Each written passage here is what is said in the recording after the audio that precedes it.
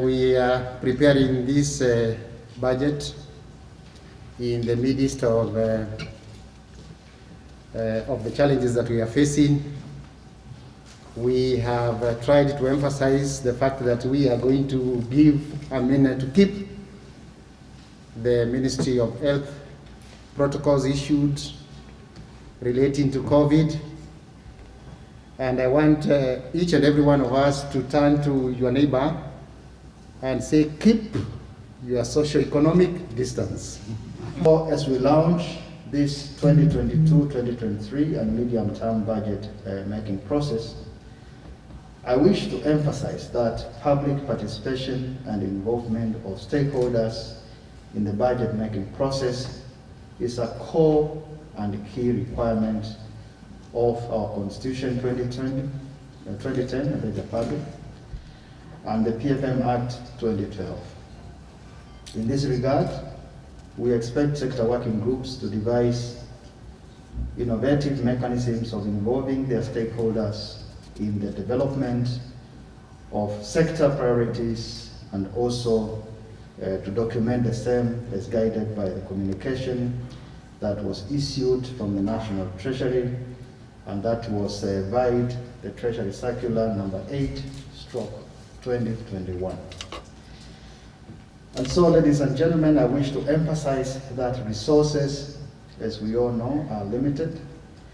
And at the same time, we all appreciate that the government is confronted with significant expenditure demands. And this, we must also appreciate, it includes financing the government's post-COVID-19 economic stimulus programs, and as well as the Big Four agenda priorities that we all know about. And so this calls for proper prioritization to ensure that we focus on critical expenditures which have the highest positive impact on the well-being of Kenyans. So in developing the draft budget proposals for the financial year 2022-2023 and the medium-term plan, the sector working groups are expected to review their sector budget performance for the past 3 years. Let me repeat that because it's very important. We expect the sector working groups to review their sector budget performance for the past 3 years. This is going to be important because using that historical data, we expect then the sector working groups to reflect this on their priorities for the ensuing period, while at the same time considering the available resources. I wish to highlight that the budget preparation process is guided by strict legal timelines, and especially for this financial year 2022-2023 cycle, which, as we all know, coincides with the 2022 general elections. I therefore wish to urge sector chairpersons and accounting officers to give this process personal attention, please. As you are aware, this is an extraordinary budget-making year. In fact, it's a short year by around 3 months. As this process that we are launching today normally comes in the month of September, but due to the fact that the elections will be held in August 2022, and thus the budget calendar must be pushed forward, we must therefore have to burn the midnight oil in order to conclude the process of the next financial year budget by end of March 2022. To this end, the National Assembly and my committee expect the submission of the budget estimates for the financial year 2022-2023 latest by the 15th of January 2022, so that we are also able to conclude by March, the end of March, or latest going to April. Going forward, it is important that both the executive and legislature work together to ensure a smooth implementation of the current financial year 2021-2022 and the simultaneous preparation and approval of the financial year 2022 2023 budget. Ladies and gentlemen, for the last 9 financial years, the country has been implementing the program-based budgeting, which is, to a greater extent, the cornerstone of the public finance management of the PFM reforms brought by the 2010 Constitution. The framers had a vision that they would actualize tying of resources, allocations to attainment of key outputs, as opposed to the arbitrary allocation to traditional line items. Basically, to reflect the inputs of resources and the outputs of services and goods. It is therefore my hope that as a sector working groups embark on a task ahead of preparing the next financial year budget and the medium term, they should reflect on the performance of the previous outputs so as to guide the financial proposals that the National Treasury will be consolidating for onward submission to the National Assembly for approval. Ladies and gentlemen, in this regard, the next budget should target completion of ongoing projects. To this end, as the chairperson of the Budget and Appropriations Committee, I will be asking our technical team, the Parliamentary Budget Office, to keep an eye on whether during the implementation of the current financial year budget, there will be reallocation from the projects that are 60% complete to new ones, or to those that are about 20% complete and below. It is my hope that the National Treasury will soon issue a circular and guidelines freezing or suspending initiation of procurement for all new projects whose value are more than 500 million shilling for the current financial year. In addition, and on a sad note, I am informed that some institutions and agencies are busy proposing reallocation and requesting for an approved expenditure for the just approved budget for the financial year 2021-2022. I mean, it is just 36 days into the new financial year. I hope the National Treasury is not going to entertain such absurd requests and variations. This habit, if allowed, would definitely dent the credibility of our budget. Ladies and gentlemen, as you embark on this process that we are launching today, it is important to adhere to the fiscal responsibility principles as set out in the Public Finance Management Act. I hope that the sector working groups will develop a criteria of sharing the available resources. In this light, all public resources should be allocated to programs and projects that are responsive to the needs of our citizens and that have an impact on our economy. Further, the criteria should provide for harmonization of programs across various ministries, departments, and agencies to address the duplication of laws, rationalization of resources, and establish a clear policy direction. Ladies and gentlemen, I am aware that the National Treasury has issued a circular freezing all new recruitments in public service, except for critical areas such as health, security, and education, and replacement of retiring public officers. Indeed, this will go a long way in containing the ballooning country's wage bill, which has been spiraling over the past few years. This should also be extended to where I work in Parliament, the judiciary, to the prestators and commissions. In addition, the government should embrace the performance contracting as a way of improving efficiency, as well as create employment opportunities for the youth. In light of the above, it is my hope that the sector working groups will be meticulous enough and focus on the priorities of the country, and that they will give the best outcome to the citizens.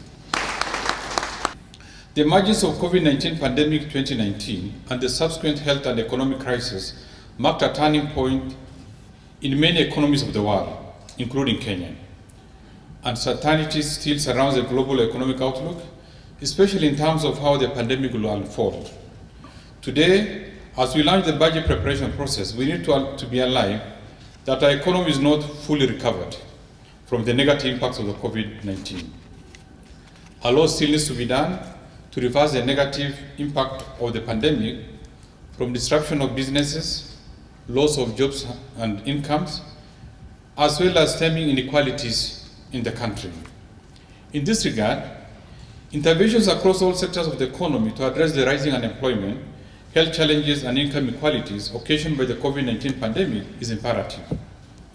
These interventions, targeted at creation of jobs and economic opportunities, is expected to raise living standards of the low-income households, the vulnerable populations in our country in general, while also sustaining investments in healthcare delivery systems.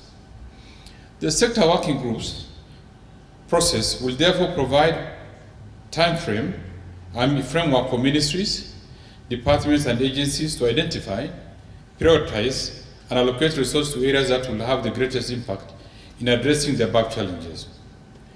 These will be the priority projects and programs that the government will be implementing over the coming 3 years. Ladies and gentlemen, in responding to the health and economic crisis, the government is presented with a choice of using the moment to build back a stronger and better and resilient economy with enhanced economic opportunities across the diverse economic groups and regions. This will not only address the current challenges, but also give hope and build a strong foundation for future generations while improving the lives and the quality of life and the well-being of citizens in line with our chosen path of Vision 2030. In the next 3 financial years, we shall therefore be pursuing an investment-led economic recovery strategy that will focus on restoring the economy to a strong growth path, creating jobs and economic opportunities across all regions of the country with a view to tackling social and economic inequalities. It is projected that the global economy will experience an exceptionally strong but uneven recovery. If you look at last year, generally this year, 2020, the economies of the world have done poorly because of the challenges of COVID. Most economies registered negative growth or just near zero. But given the low base and the measures that have been put in place, we are quite hopeful that we are going to have faster economic recovery, not only the rest of the globe, but also in our country. While a rebound is expected in most countries, full recovery is not assured due to possible COVID-19 waves, delays in vaccination programs, increasing debt levels, and rising inflation pressures. Further, the likelihood of emergence of new COVID-19 variants could lead to reinstatement of containment measures, thereby disrupting economic activities and generally slowing growth. The financial year 2022-2023 and the medium-term budget is therefore being prepared against this very uncertain background. Ladies and gentlemen, as noted above, the year 2022 being an election year could see hidden political activities, especially during the 4th quarter of the financial year 2021-2022. We are hopeful that the electioneering period will be well managed to avoid erosion of investor confidence, as this could affect the route to accelerated economic growth. The government will, however, continue to monitor these developments and take appropriate action to safeguard the economy and livelihood. We are actually also appealing to the politicians to realize that the people you aspire to serve, to lead, are these same people. You don't have to look for them after the general election. They are here and they need to transit to beyond election in one piece, but also optimistic about the economy. This is a very delicate time. Now, if we go back to our usual practice around election time, when COVID is around, we could have a double consequence, and this is what we aspire to change. Ladies and gentlemen, it is a fact that what happens in economies around the world has a direct bearing on our domestic economy. With regard to growth, the global economy is projected to grow by 6% in 2021, from a contraction of 3.3% in 2020. Growth in Sub-Saharan Africa region is projected at 3.4% in 2021 from a contraction of 1.9% in 2020. The anticipated global recovery will be largely driven by additional fiscal support in a few large economies and the planned vaccine rolled out in the second half of 2021. This is very important for us, the vaccine, and that's why we are recommending that Kenyans should take advantage. As long as the vaccines are here, we should rush and have the opportunity to be vaccinated so that we are not going to go to the problems of closing the economy in any way. On the domestic scene, the prospect for Kenya's economic recovery will center on the progress of vaccination effort, macroeconomic stability, and implementation of the projects under the Big Four plan. We remain hopeful that our economy will rebound to above 6% over the medium term from a growth of 0.6% in 2020. Ladies and gentlemen, on the policy framework underpinning the medium-term budget for 2022-23 to 2024-25, despite the unprecedented contraction of economic activities in 2020 due to COVID-19 pandemic, the swift and targeted government policy response to support business and citizens, the negative impact on the economy is likely to be less due to the unprecedented policy support that we put in place. The issue of investment and the economic stimulus, the cash transfers, the payment of pending bills, and supporting the monetary interventions on regards to the interest rates. All these have supported the economy to remain afloat, and this is what we want to continue with the same trajectory. Drawing lessons from this experience, the government budget plan will continue to focus on the theme, building back better, through targeted implementation of economic recovery program that will also be aligned with the Big Four plan. The strategy places priority and focus on several key areas, including the strengthening of healthcare systems, facilitating the private sector to enhance its role in the recovery and growth of the economy, facilitating the recovery and growth of key economic sectors such as tourism, MSMEs, manufacturing and transport, all of which have been hard hit by the pandemic. Ensuring a green and resilient recovery and growth. Investment in the ICT and the digital infrastructure support the delivery of public services, while also facilitating e-commerce. Increasing the resilience of the economy to global supply chain shocks.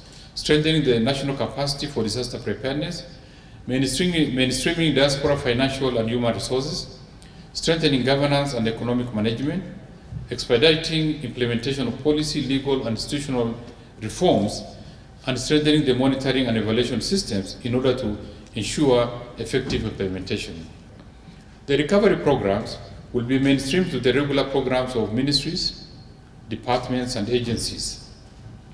This will indeed facilitate continuous and smooth implementation of programs and thus sustain government investment towards supporting economic recovery as well as build resilience of our economy.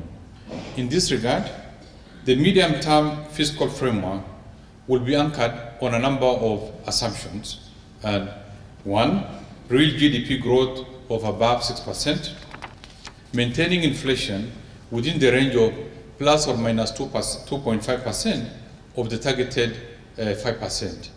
Either way, a desired level of 5%, we hope that will not go beyond 7.5% or unnecessarily go below 2.5% in terms of inflation. Thirdly, safeguarding stability of interest and exchange rates. I'm sure you know why those are important. When there is a predictability of exchange rate, it becomes good for the business environment. The exporters, the importers, they will know that there is fair predictability on the exchange rate and they can plan their investment. The gradual improvement in revenue collection to 18.5%, that is what we are looking at. And in the course of the medium term, we hope that we are going to raise more resources to the tune of 18.5% additional. Then lastly, on the gradual reduction in expenditure, about 22% of GDP over the medium term, in line with the fiscal consolidation policy. We are very keen about this. We've said it before, but because of the challenges of COVID, some of these measures we've not been able to meet. But this time, we are very optimistic that we want to contain expenditure, public expenditure, to reasonable levels so that we do not put undue pressure on the budget process. Ladies and gentlemen, fiscal consolidation policy remains key in the government's pursuit to attaining debt sustainability. The policy's main objective is to free resources to growth-enhancing programs by gradually reducing the overall fiscal deficit and the pace of debt accumulation. The fiscal consolidation policy will be supported by enhanced revenue mobilization, sustained rationalization of non-priority recurrent expenditure, and redirecting resources to finance priority growth-supporting capital projects with high return on investment. Sector working groups are therefore expected to play a lead role in guiding the prioritization process. During the program prioritization and resource allocation process, we expect the sector working groups to consider and apply the following criteria. 1, how a particular program links to economic recovery strategy. And number 2 is the program linkage to the Big Four agenda, either as a driver or enabler of the project that has been undertaken. Thirdly, we must also look at how the program in question is aligned to the specific priorities, outcomes, and outputs of the medium-term plan 3 or the Vision 2030. Fourthly, the degree to which a program addresses employment creation and poverty reduction. Fifthly, the degree to which program addresses stalled projects and pending bills. This has been a serious problem over time, that we have a number of incomplete projects dotting every part of this country. And secondly, we also have a challenge of people, institutions refusing or not honoring the obligation by paying pending bills. It's been a cancer. We've tried to fight at the National Treasury, but we are not there yet. And critically, the county governments have had the biggest share of the challenge, and we have appealed to them. Incidentally, last financial year, for the first time, we were able to finance the budget up to 100%. There was no reason as to why anybody fails to pay or any institution fails to pay pending bills, because we are funded up to 100%. For all counties, for all government MDAs, we've financed, and therefore they had to live within their means. If there are pending bills that have not been paid for last financial year, that is a very serious breach of financial discipline, and we are going to deal with them appropriately. Sixthly, we need to look at the linkage, the efficiency, effectiveness, and economic levels, and strengthen the program implementation. Ladies and gentlemen, the government is committed to ensuring that there is value for money in public spending. In this regard, the principles of efficiency, effectiveness, and economy of public spending will strictly be enforced by ensuring that low priority expenditures give way to high priority service delivery programs. As we embark on the preparation of the next financial year budget and the medium-term budget, we should be alive to the provision of Article 201 of the Constitution and Section 35(2) of the PFMA 2012, which calls for public participation in all financial matters. Active engagement with the public in the budget process is essential in promoting transparency, accountability, and good governance, and that's exactly why we are here. This will also give us opportunity to tell the public that we are going this direction, and they need to prepare and give inputs in the budget process. Sector working groups will therefore be required to identify and engage stakeholders to obtain their inputs during the budget preparation process. Due to the prevailing COVID-19 situation in the country, we recommend that the engagements be in strict adherence to the protocols and guidelines issued by the Ministry of Health and World Health Organization from time to time. The output of the sector working group process will be an important input into the 2022 budget policy statement, which will provide the framework for finalizing the medium-term budget for the financial 2022-23. As outlined in the Public Finance Management Act 2012 and its attendant regulation, the budget process involves timely preparation of key policy documents for approval by Cabinet and Parliament. Given the 2022 falls within the cycle of a general election, preparation of the budget will be fast-tracked to ensure that the estimates are approved before the term of the current parliament lapses. That's why we are fast-tracking this process, and parliament being represented by the chair of the budget, I hope we are going to get the necessary support and understanding from your end for all these matters to be processed in good time, and that you are going to avail time for the execution of this process. To facilitate finalization and approval of the policy documents and bills within the stipulated time frame, accounting officers will be required to strictly follow the schedules of activities outlined in the budget calendar as set out in the Treasury Circular number 8 of 2021. I shall be launching this budget calendar today for use by all stakeholders in the budget process. I think this is the initial phase of now engaging on the next financial year's budget, and this is a very important time for all of us. So we have to have a change of mindset. We have to adjust to the timelines we have given ourselves because of the unique situation ahead of us.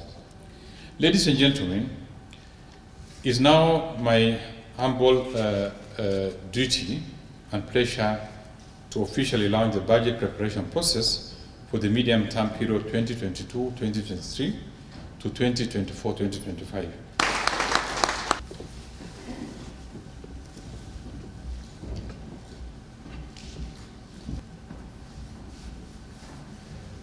So make sure you make the documents by cutting. I'm told there are ribbons there which you can cut, and maybe you distribute the books to the chair of budget committee. Maybe the chair of budget committee, maybe you can get a copy from the CS, as you also post for a photo with the CS. Thank you so much. We can all clap.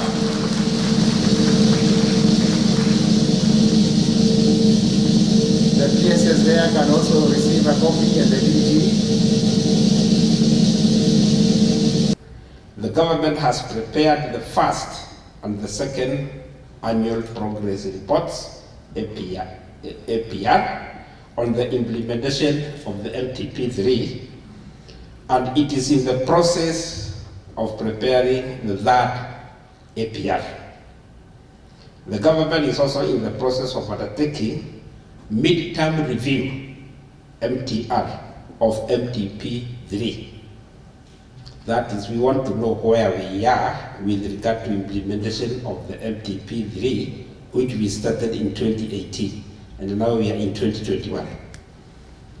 The MTR will assess the level of implementation of MTP3 to inform its implementation over the remaining period, as well as to inform the development of the fourth MTP, which will run from 2023 to 2027. Implementation of the MTP3 was faced with various challenges, and these challenges include slow uptake of programs and projects for implementation through public-private partnership, which we actually call PPP. Recurrent drought, which affected agricultural activities and output. Locust invasion, which affected crop production. Flooding, which destroyed infrastructure, crops and properties, as well as claiming lives. And this was very much witnessed in 2018, because at the time we had a lot of rain, and also the short rain of 2019.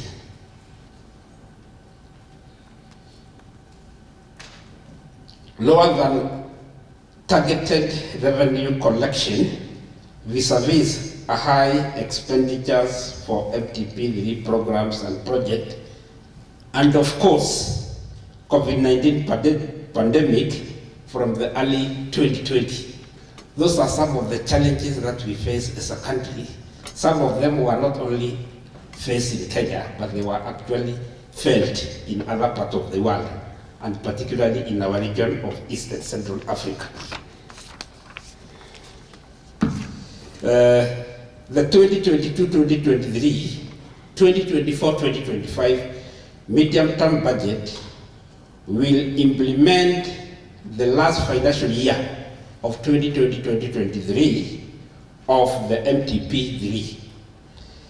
The medium-term budget will also provide estimates that will guide the implementation of first 2 financial years of the 4th MTP, that is 2023-2027.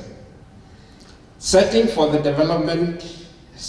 of development priorities for 2022-2023 and 2024-2025 medium-term budget will therefore take cognizance of challenges faced in the implementation of MTP3, development priorities of MTP3, and development priorities to be identified in the 4th MTP 2023-2027. When it comes to 2022, 2023, 2024, 2025 development priorities, the development priorities for 2022, 2023 and 2024, 2025 will include continued implementation of economic recovery strategies, ERS, in the light of the negative effects brought about by COVID-19 pandemic.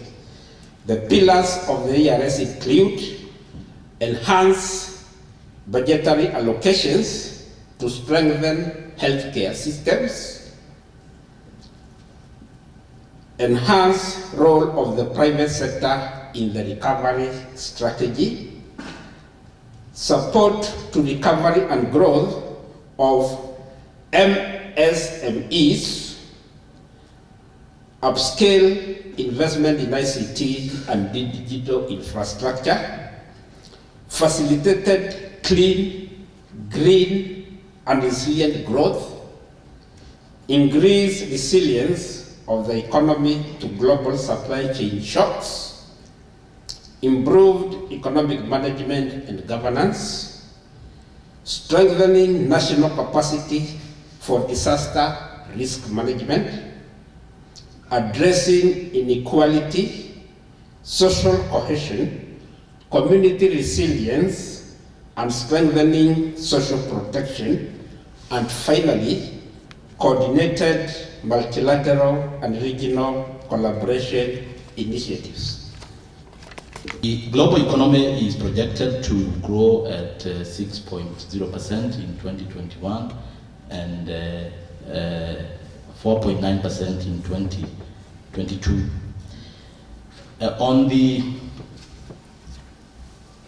On the domestic scene, we see the economy rebounding strongly to 6.6% in 2021 and stabilizing in 2022 at 5.8%. What again we see as a background that is important is that this budget, the budget execution of the FY 2020-21 has progressed well. And what are some of the indicators? We see revenue performance improve in the second half of the year from January 2021. And a key element also to note as a background is there is a focus on fiscal consolidation through revenue mobilization, enhanced revenue mobilization, and expenditure rationalization. And that, the twin effect of that is that the effect of the two is that we'll then be able to stabilize public debt. We look at the third quarter of 2020. The economic performance shows that the sub-Saharan region is expected to grow by 4.1% in 2022, from a contraction of 1.8% in 2020. majority of the countries within this region experienced strong contractions in 2020. And you have examples there of Mauritius, Botswana, among others. So this is also showing you that there is a variance in how countries were impacted by COVID. And that because of that, countries will be coming from various levels. Remember, there is the base effect. So if you went too much down, so you would expect that that would have an effect on how then you recover. And also the demands in terms of the support required will also depend very much on how much then you are impacted. The point to make here is that we have looked at the leading indicators for the Kenyan economy, and we see them indicating to us that there will be a relatively strong recovery. So in the first quarter of 2021, there has been a strong recovery. The service sector has generally been the largest contributor to the GDP, and we will keep watch over this sector. You will note that we are projecting that it will contribute significantly, an average of 6.0% of GDP in 2021, due to, in part, recovery from the 2020 contraction from a negative of 3.1 in 2021. Inflation, fortunately, has been largely within the government target range of 5% plus or minus 2.5%. And we see this being maintained there, and we are still within that range, and using a combination of both fiscal and monetary policy, keeping an eye on the risks, we should be able to contain inflation within that range. With regard to interest rates, again, we have done also fairly well. We have, it has been fairly low and stable, below 10%, especially since 2016, and this is due to prudent monetary and fiscal policy. The interbank rate also has been fairly low, of course reflecting the high levels of liquidity in the money markets, and that will also help to support, because it means there will be liquidity to tap into, to lend, to on-lend to businesses. The private sector in July 2021 was able to access credit to grow. The credit access to private sector grew by 7.1% in July, and is expected to improve as the economy opens, with all these targeted interventions, including the de-risking of credit to micro and small enterprises through the credit guarantee scheme that was introduced or operationalized early this year. You will see that the foreign exchange market has been fairly stable, especially compared to other countries in the region. We see, although the dollar was partly affected by the developments in the global financial markets conditions, which are largely attributed to COVID-19 pandemic, it has remained fairly stable when you compare to other currencies in the region. The Kenya shillings is exchanging currently at the end of July at Kenya shillings 108.1 to the dollar, to $1 in July, and there has been at least a depreciation compared to July last year, but we know that largely this is as a result of the developments. This stability in the Kenya shilling was largely supported by remittances, they have been growing, and the adequate foreign exchange reserves, as I pointed out. In the financial year 2020-21,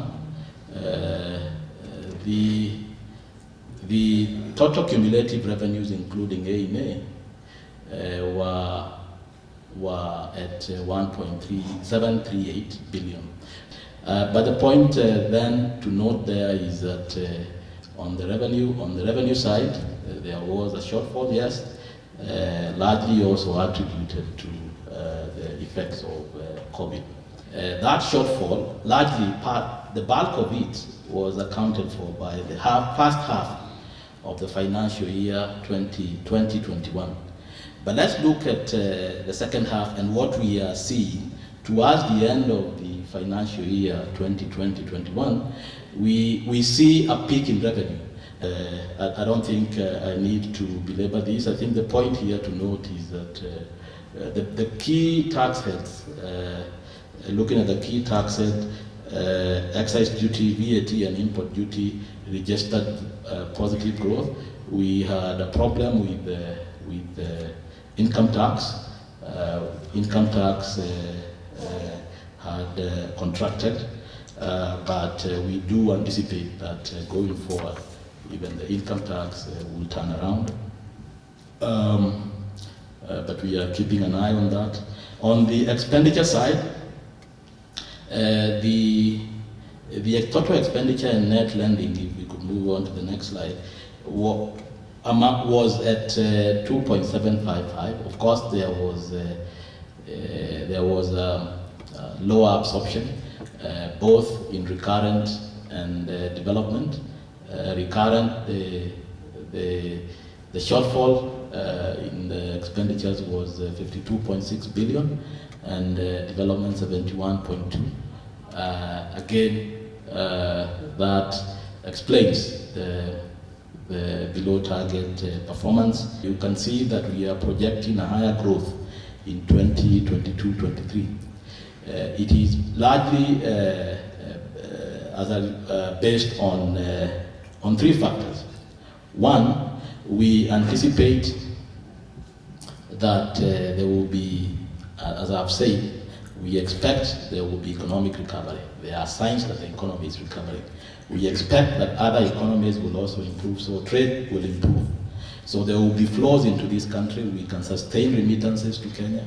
We can sustain inflows from horticulture. We also look forward to tea and coffee improving, and also tourism also coming back as we achieve herd immunity, not just in Kenya, but beyond Kenya. Other countries achieve that herd immunity, and they also are assured that we have also attained that herd immunity, so that that travel resumes.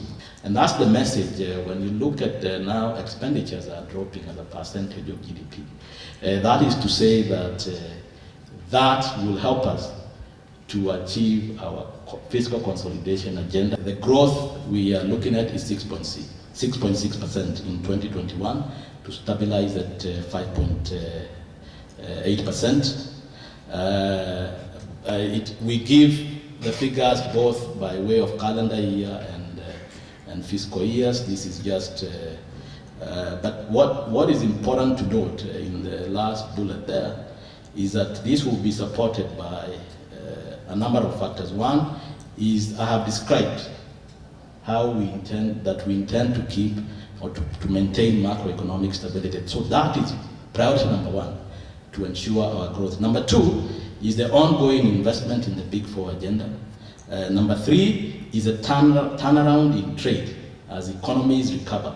So it's not just Kenya, but also so that's the third and important point. And of course, related to that is our rollout of vaccine program here, but also what others are doing out there. And then finally, weather. We must speak about weather in our context. So those are important considerations. Yes, I've mentioned that we need to deliver certain things in a timely manner. One of them is, of course, a review of the strategic plans. and the timeline is there. When we realized we were running late in terms of launching this process, which ought to have taken place last week, we did communicate with the ministries, departments and agencies through our wall that they could proceed with the activities that must be done within their MDS, so that we are not caught up with time. And so we do hope that the review of the strategic plan for the various ministries is ongoing, and it must end by the 12th of August. We are also expecting that by the same 12th of August, you will have looked at the program performance reviews and finished. We intend to have the budget review and outlook paper done and forwarded to Cabinet and Parliament by the 31st of this month. We then hope once you get the BROP, you will have gotten the indicative ceilings therein, and between 5th and 25th of September next month, you'll be able to come up with your sector budget proposals.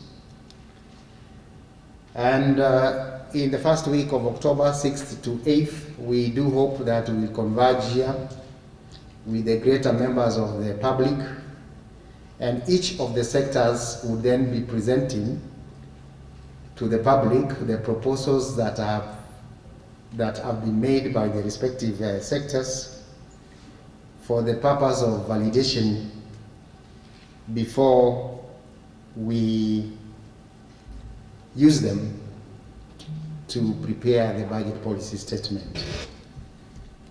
We will give MDAs and the sectors an opportunity of 1 week to incorporate whatever feedback that we are going to get from the public hearings, and that by the 15th of October we would then receive all the budget proposals from the MDS. It is our plan that come the 28th of October, we will have done the budget policy statement, and we will be able to submit the budget policy statement to Parliament by the 30th of November this year. It is our hope that Parliament will then be able to also look at the budget policy statement, and by the 15th of December, before they take their recess, that they will have approved the budget policy statement. Once that is done, we will then be rolling out the guidelines to guide the ministries, departments and agencies to finalize the budgets for next financial year and the medium term. Parliament did in their presentation indicate that they wanted to have the budget submitted to them by January 15th. What we had in mind is 26th of January, and that by this time we will have consolidated what we will have received from ministries through other processes of engagement, and have the same submitted to Parliament by 31st January of 2022. We have given an indication of when we will be looking at the budget statement by the Minister, and we are looking at a date of 10th March next year. And we hope that by end of March next year, the budget will have been appropriated. So as you note, these timelines are very, very tight. Tight and very tight. if we are not able to get Parliament by March, your guess is as good as mine on what happens with elections coming in August. That is the first Tuesday of August 2022. We are likely then to miss quorum, and many things might not happen in Parliament because everybody will be out there looking for re-engagement. And so please, good people, let's ensure that we follow the process that has been indicated. Let's try to do a lot of the work up front. And as we prepare ourselves to finalize the numbers, I just want to wish us good luck and let us stay safe. Thank you very much, and God bless us all.